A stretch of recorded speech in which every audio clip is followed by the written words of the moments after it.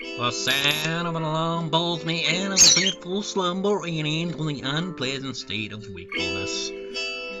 Yep, everyone knows that feeling. You wake up and it's like,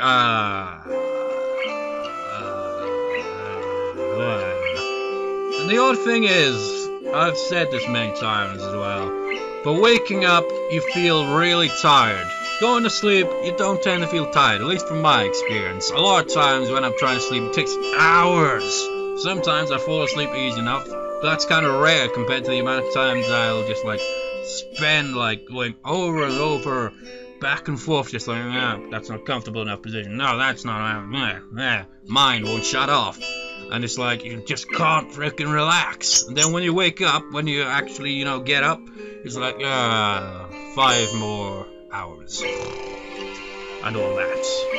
I linger under the blanket for a few minutes, gathering energy to rise up while making excuses as for why I haven't already. Honestly, I wouldn't mind staying here for all day. School is surprisingly exhausting after a long pause, and the culture shock still has not faded, I think. Still, despite getting the impression that skipping class is easier, I don't think they're going to let me get away with that easily. And the nurse is bound to keep breathing down my neck, kind of nostalgic. I can't use them for that anymore, so maybe they can get a new life this way, a bit like me. After all, if I'm going to start taking care of myself, I can't afford to slack around. I'll start from the basics. Basics which include keeping the rest of my body in shape along with what little I can do to strengthen my heart. Maybe then I can go back to something approaching a normal life, or at least something where I'm less likely to fall over dead at any minute. I'm surprised to discover that I'm not the only one present at the track. Let's make our first save point, because I'm going to be going back to skip mode here till we get to Rin's next scene. Honestly, look at all this. All these save points. I wonder how many save points you can make, because I've been, making, a save point at the end of every recording, more or less, And I haven't saved over any of them. Because they just have this quick save state thing. I'm not sure if they actually have any other kind of version or whatever. So, Emmy, your route has passed, so, she'll appear in some Rin scenes, but other than that, skip mode. It just feels weird, really, isn't it? We've completed the route, and now we're, seeing her again, and seeing Kenji again. I forget what the scene was about. Was it the one where he was trying to get Hisao to make him not make him, but, give him money to get a pizza or something like that? Just that I hardly think it's fair you can say that, seeing that I have helped you guys. The mood has changed. This is like a showdown between two gunfighters now. Well, it was like that before too, but this time Shizune's focus is on me. Oh, that'd be an interesting extra CG, wouldn't it? But I don't think Hisao would have it in him to kind of, fight back the same way Lily did. And so is Lily's, though she keeps quiet. I'm afraid I inadvertently pissed her off. Oh shit, that's a bad situation to be in, Hisao. Uh-oh. Are you saying I'm wrong? What a dangerous situation. It's too early to argue with you. Yes, I think it's unfair of you to get on my case. Hichan, you want too much, but you have a point. Okay. You're not lazy, Hichan. Ha ha ha ha! Shizune pushed her glass up with her thumb almost approvingly. That's good. If you're not useless, you shouldn't let anyone say you are. But the next time I say it, I've only played part of Shizune's route, so I've at least gone through most of Act 1, at least, with Shizune's route. And I remember the choice you had to choose for Shizune's route was this choice as well. Because if you're siding with Lily, that's siding with the enemy to her, isn't it? So you'd have to inadvertently piss off Lily for that, then, wouldn't you? Just don't forget that report, please. I won't. Would that be all? Yep. Then good day to you all. Her voice would cut the air of the classroom into half if it was more tangible. Lily leaves the room, understandably in a bad mood, but still managing to be as poised and calm as usual. Shizune, you really do go a little too far today.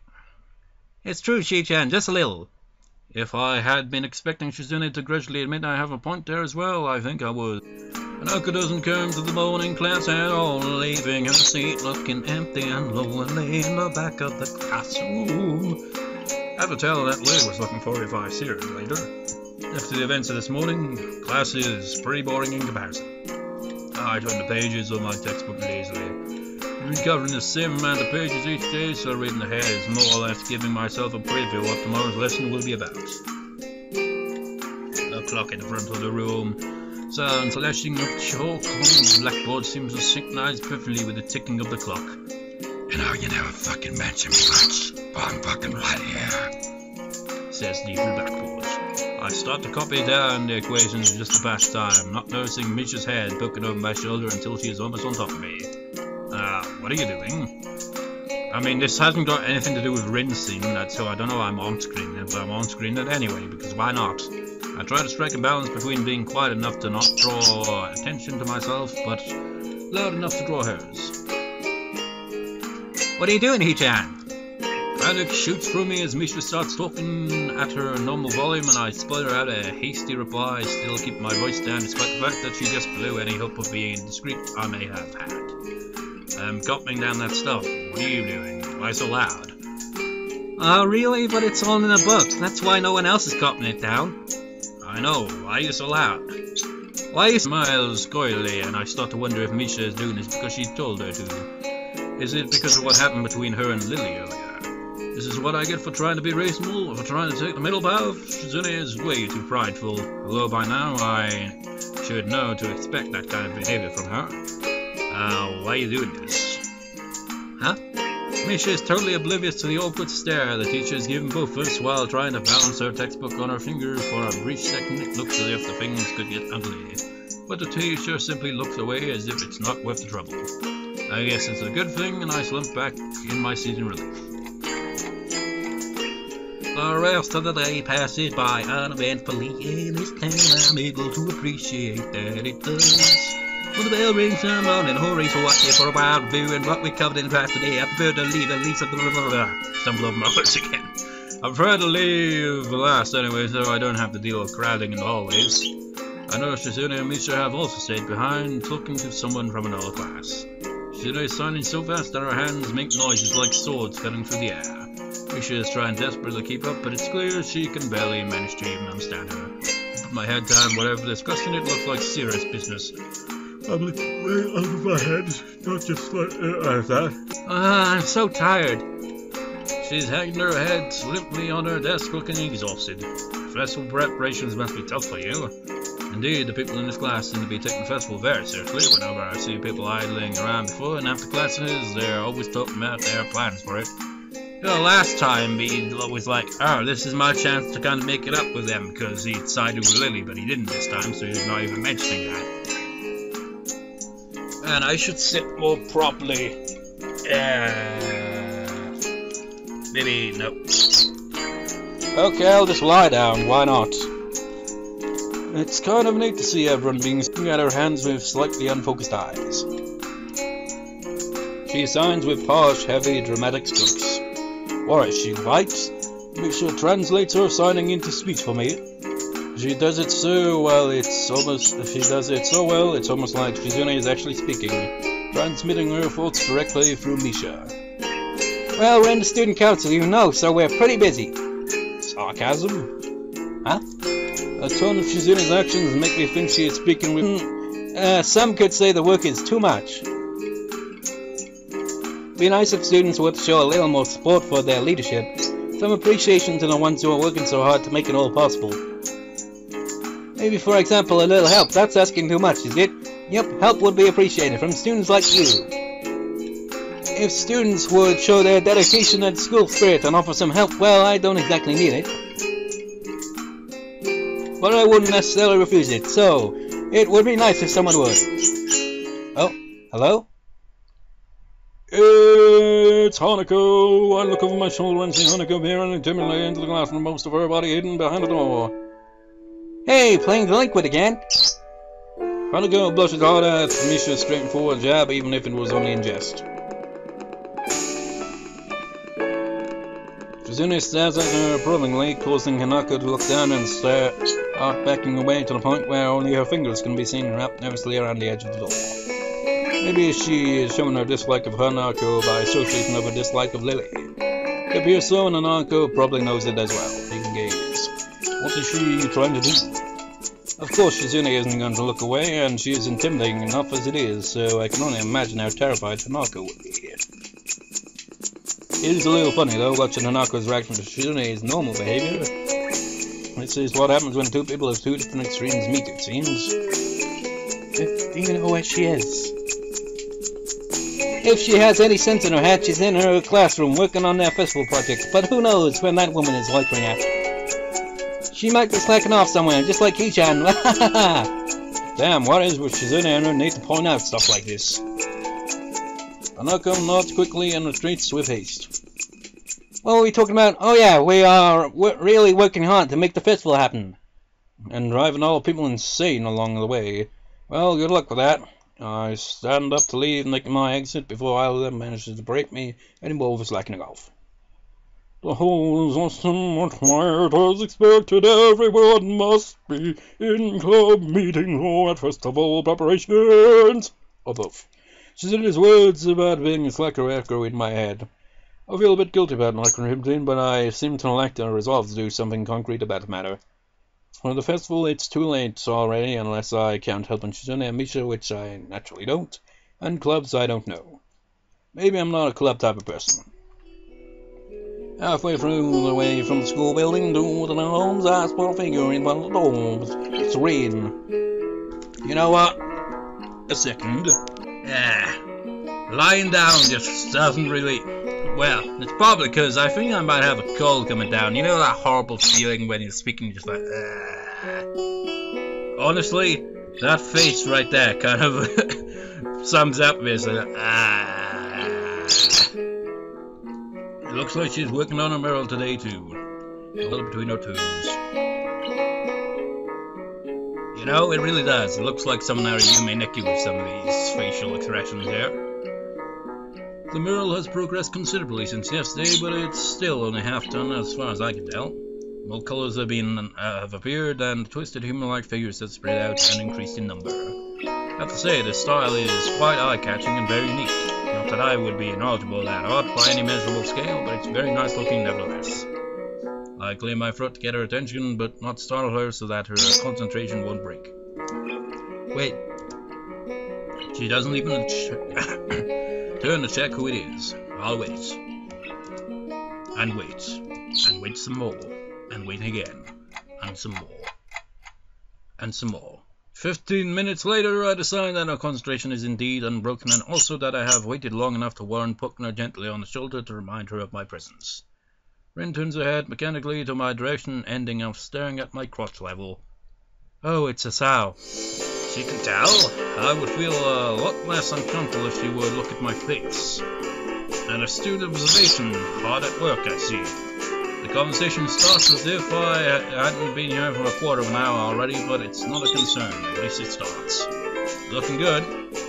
It does. The layers of paint, hiding all her layers of paint, mixing and shaping the human figures really create an impressive look, but Rin looks miffed. You shouldn't comment on works in progress. 7 years of bad luck. Sounds terrible. I guess I'll take it back then. Still, it looks good. I wonder if I got 14 years of bad luck for thinking that. You know, if that was really the case, it's just like, you'd have bad luck your entire life as a result, because you're bound to be like, look at art, work in progress, and be like, yeah, it's looking good. And then you'll say it multiple times, it's like, ah, shit. Rin turns back to look at her painting and pokes it with a big toe. You know, some people will be like, that just always seem to have bad luck, would probably be like, this is probably the reason then, isn't it? I didn't really intend to stay and help her with this project though. I guess I didn't intend to do anything much. I look at Rin, she looks heavily back at me. Just this once. Rin picks up an old brush and drenches it into another tone of pale red. There are dozens of similar bowls all around her working area. From the looks of this scene, she could have been sitting there for hours. I wonder if she has. That would mean she'd have been skipping school, which I, of course, wouldn't put beyond someone like Rin. I'd pour a little bits of white and red into the bowl, trying to match the colour with the one already on the wall. I can't seem to get it right. It's really inconvenient of her to not mix enough in the first place. Getting it to be exactly the same tone will be impossible, but at least I can try to get as close as I can. Speaking of hard work, isn't that a huge workload for you too? It's such a big pain and all. Oh, I'm not old and bitter enough yet to think like that. But I guess you aren't. You guessed right. Legs hurt though, they feel like slugs. Slugs made of sea slugs. Because of position? Yeah, I like doing it in the horizontal position more, if you know what I'm talking about.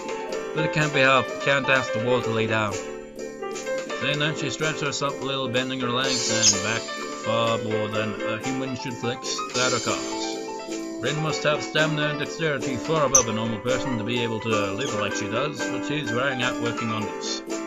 Why push yourself so much? Take a break or something at least. Continue tomorrow if it's bad. This gives her a pause. A long one too, feeling like a mental yawn. Oh, how can you paint if you are blind? No idea. So, why is he there? That's the point, he is there. You really should speak more than one word at a time to make this feel more like a discussion and less like an interrogation. He can't really do anything that you'd call art, right? But he comes there anyway and paints. Why? I don't know why. I don't know, that's why I asked. So? He doesn't paint often, but I think his paintings are very interesting. I'm sure they are. I once tried that, painting with eyes closed. Wasn't too interested and cleaned up the floor took ages. Didn't try again. But he is becoming better at sculpting. I see.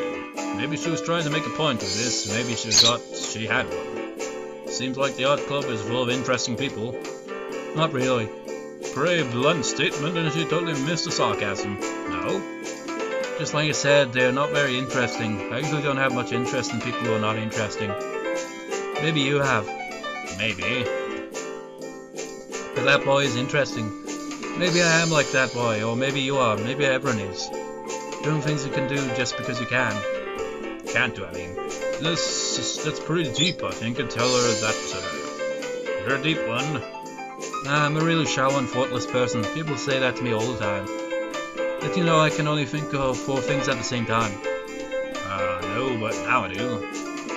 Right now I'm thinking of the second floor girls' toilets, ice cream flavored ice cream, the middle toe, and a haircut. I'm going to need a haircut. She shakes her head around rigidly, letting her short and messy hair ruffle wildly around. I can see that doing it is something she likes to do. We fall silent as Rin heads around absent-mindedly, poking some brushes around. The thought about the art club sticks in my head for a while longer. I feel like I'm trending on very unknown territory with art, the way these meetings with Rin go. It's as though I'm starting a smoking habit or something. I should probably stop talking with her. It's not like I dislike her, despite the confusion her being herself causes. I don't make an effort. I totally relate.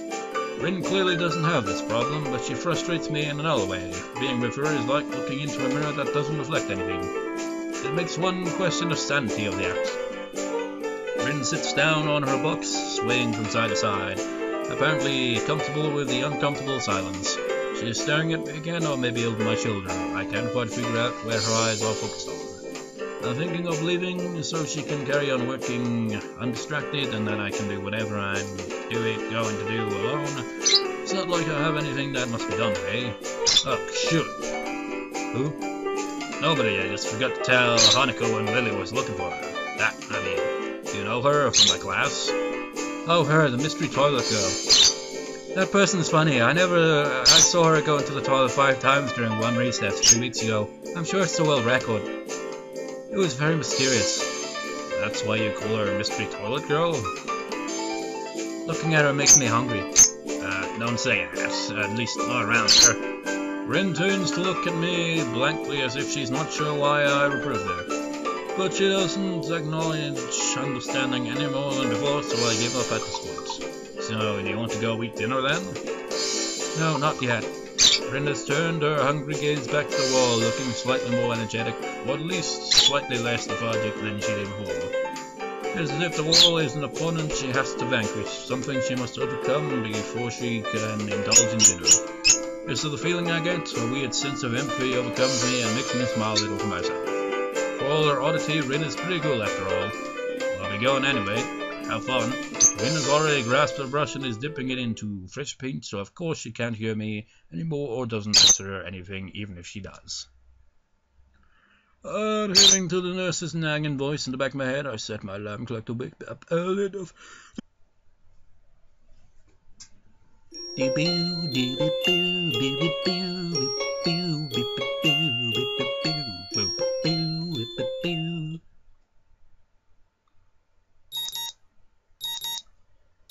My morning alarm goes off and I flail about uselessly for a while until I remember that I'm excited to get morning runs and all the shop, but Daddy was like, skip this shit. I had to be an innocent. I don't blame her. I mean, it's not as if I'm really putting up any effort of real fight out here, is it? Instead, I'm just running at a steady pace, which is what I should be doing, right? There's no need to go pushing my limits at this stage of the game. God, is this even worth it? As we finish the second map, I break off again. Emmy keeps going, and oh, that's stupid. I don't have anything to prove to her, come to think of it. I've got nothing to prove to myself either. Just find the way I am, and what I'm not is a runner. Except in Emmy's route, which he totally was. This was probably a bad idea. Maybe there's something else I can do instead of this. It just feels kind of sad and awkward at the same time, really, doesn't it? After going through Emmy's route, now he's just like, you know what, fuck this shit, I'm gonna do something else. Yeah, and help this early sucks anyway. There's got to be some other way to keep healthy. It's okay. I thought I had made my peace with this thing, gotten over it. But what I really did, I allowed myself to forget that I have a problem being... Yeah, it just really reminds me of reality, and trying to fight against it just hurts. Reflecting on it's certainly going to do so much. I've done this before for once. It seems like it's time to get over it. If I allow myself to forget that my life is definitely not going to be as long as those of others, I won't get anywhere. Our life may be different from others, but it is a life in progress. You know, actually, he's got that heart condition and all that, but is there, like, a kind of life expectancy for people that have that heart condition, or is it, like, potential that they can live pretty much the same as anyone else without the heart condition? Like, he could live to, like, be into his 80s or something, potentially. Maybe, I don't know. Because maybe he's just like kind of like being kind of cynical, which is kind of odd since I'm a very cynical person as well. It's just like probably like just kind of assumed that he'd probably like, I don't know, die younger than that. As he sneaks past me, he sounds like a ninja hiding in plain sight. I call out to him. I said I call out to him. Hey, maybe it was because I didn't click on it properly. It's more like he didn't see me, but that's not the reason. Issue. Where have you been this early? Shopping? Nah, I wasn't shopping. Sometimes I have to die. I need supplies to continue to fight against the vast feminist conspiracy. Okay, I thought you didn't go outside. I wear a hat now. I decided it makes the moment seem more awkward. He sits back down inside his room and then closes the door. I'm surprised you went out of your way to find out a test date, trying to take advantage of an opportunity to study is pretty diligent. I never study. Oh. I just want to know when the next test day was. I'm still going to take it, I need to know so I know what day I can't afford to skip class. He usually sends out updates on that crap by phone, so I have to step out and check up on it. And why do you have to go out when you can get it on your phone? I don't carry a phone. What do you mean you don't carry a phone? You mean you just leave it at home? Nah, I don't use phones. I don't have a phone. Phones, I have no phone. Some kind of repressed trauma. But basically, when I hear a phone, I get nervous. It's my darkest secret. I have two fears on it. I either have some fear of receiving some undefined, ominous, life-altering doom call, or I was beaten with a phone in the past. Beaten so badly I can't remember. Beaten in the head.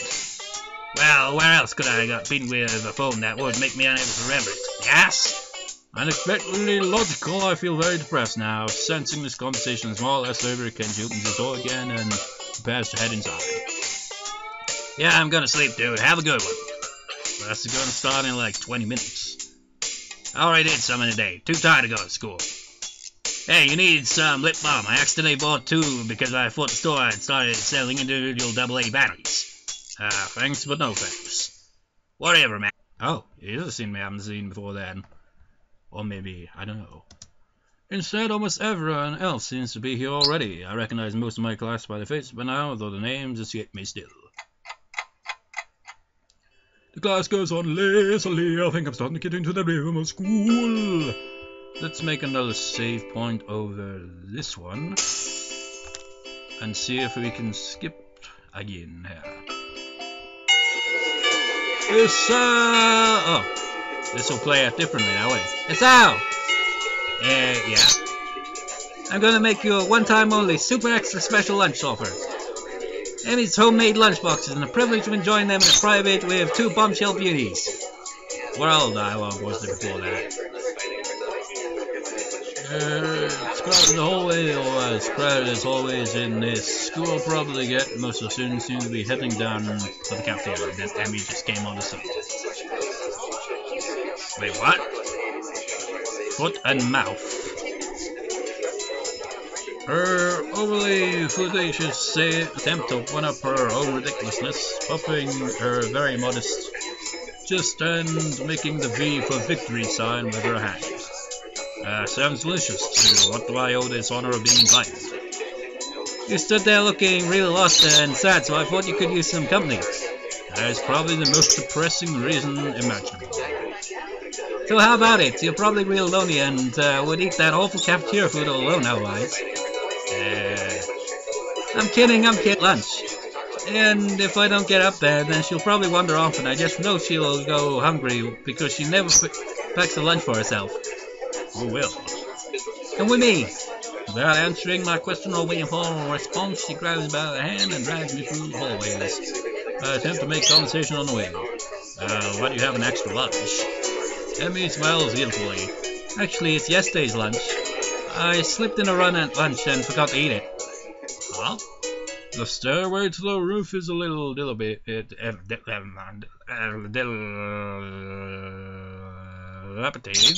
but it's clearly been used recently. She's back, almost falling back down the stairs.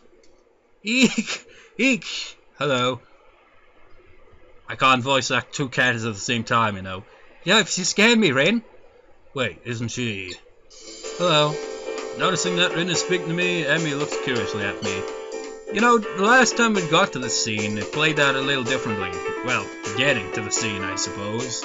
Because, like, I think Emmy offered it after they'd seen the nurse and just like, yeah, Emmy, she's that friend of yours? Rin has turned her gaze towards the clouds drifting above the school. I didn't know you knew this person, Emmy. They walk to the other end of the roof while I stay at the clock tower for a while, taking in the atmosphere. There's nobody else but us here. I guess the roof is not as popular as it is in all schools. The roof rattled beneath our feet. I picture the chain link fence to take a look at the school grounds and beyond. Students are strolling in pairs and groups around the Katawa and foreign here. They'll be asked to run to catch a bus like their life depends on it, or get their senses overloaded by the neon lights and traffic jams. Oh, I hate traffic. Rush time traffic, you know, rush hour traffic. I don't even want to know how bad any point of the day traffic or rush hour traffic in the city would be in comparison, because fuck that. Hell no, like, from that I could just think in my head, like, this is why people have road rage, isn't it? Cities in short, yeah. Finding out about my illness and having to move away from home all came so suddenly. How I feel about it. When I step out of the shadow of the clock tower to the open, I feel warmth touching my back. The sun shines through a perfectly clear. Actually, how would that be pronounced? I'm gonna check, actually. The sun shines from a perfectly clear cerulean sky. That is right, I think, maybe. A cool breeze sweeping over the rooftop makes me shiver, but only briefly. The wind carries the scent of trees and flowers, not smog and car exhaust like it used to just a few weeks ago. Emmy settles on a bench with Rin in tow and produces one big and I sit myself on the corner of the bench so to take as little space as possible. It's pretty cramped, but somehow all 3 of us fit on it. Impressive view. Emmy suppresses a giggle and places the lunchbox in front of Rin and hands an old lunchbox to me. Here you go, lunch as promised. Homemade, no less. I'm impressed. Wow, this looks really good. Thanks, I made them myself when I can. Well, make them, yeah. Conversation dies off as I set about the business of feeding myself. Taking a few bites, I glance up and notice Rin deftly opening the lunchbox and popping a forkful of food into her mouth using only her feet. Even though I've seen him before, I can't help but be impressed by her dexterity. It's also a reminder of the sort of place I'm in right now. Will I ever get used to sights such as this. I can't decide if getting used to such a thing would be a good thing or a bad thing either. To understand about those around me. The second one, of course. I'm distracted from my thoughts by the sight of Emmy tearing into her lunch as if it had insulted her ancestors. You seem pretty hungry. Emmy looks up, mouth half full, and swallows before nodding. My morning runs always work up an appetite. Which is great because then I burn through lunch pretty quickly. Helps me keep my girlish figure. What would happen if you'd lose it? Would you become a man? I very nearly choke on my lunch trying not to laugh. It's a figure of speech. Does your figure have to run in the mornings too? Do you always talk like this? Talk like what? Like what? I think that answers my question. Never mind. So, I struggle to think of small talk and settle on the obvious question. How do you two meet? Rin seems content to let Emmy answer this question. Someone in the housing department thought that we'd compliment each other well, so we were assigned rooms next to one another. Compliment each other? Like shoes on a soup. Huh? Emmy giggles at my confusion. Put us together and we've got all our limbs, get it? Ah. So I started helping Rin get ready in the mornings, and that was that. I mean, you can't help someone get dressed every morning and not get along. I see. Rin chooses this moment to interject.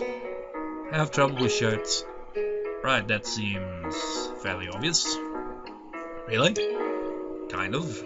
This isn't helping, but at least Emmy seems to find the whole thing funny. That, combined with the fact that Rin is generally curious, makes me feel slightly better and yet confused. I mean, you've got no arms. So, putting on a shirt seems like one of those things that would be difficult. You know what? I'm gonna just stop talking now. It'll save me a lot of trouble in the long run. Rin nods in what I suspect is meant to be a sage manner. I see. If the conversation dies, I turn my attention back to my lunch. It's really quite good. Emmy finishes her lunch first and makes a contented noise. Ah, that was good. As she busies herself with cleaning up her lunch, Rin speaks up. I'm thirsty. Oh, I almost forgot about that. Sorry. With a flourish, she reaches into her bag and removes a trio of juice boxes. She tosses me one that appears to be cranberry juice, one to Rin that appears to be some kind of strawberry milk, complete with a pink color scheme, and keeps the equally pink box of some kind of fruit punch for herself. You know, in her routes, I mean, I try not to, like, once we are, like, onto another character's route, try not to spoil from a character's route that we've gone through. But it's kind of a light kind of spoiler in a way, where she's like, commenting just like, I bet even you thought that my favorite color was pink or something, and then reveals her favorite color was actually blue. Maybe that's where she assumed that he'd probably thought that because of that. I don't know. Actually, I've got a carton of juice here, and it is... What flavor we got here? Berry. It seems, I think it's got a mixed kind of thing going on here. Let's see, you got red grape, cherry, strawberry, blackberry, and raspberry. So,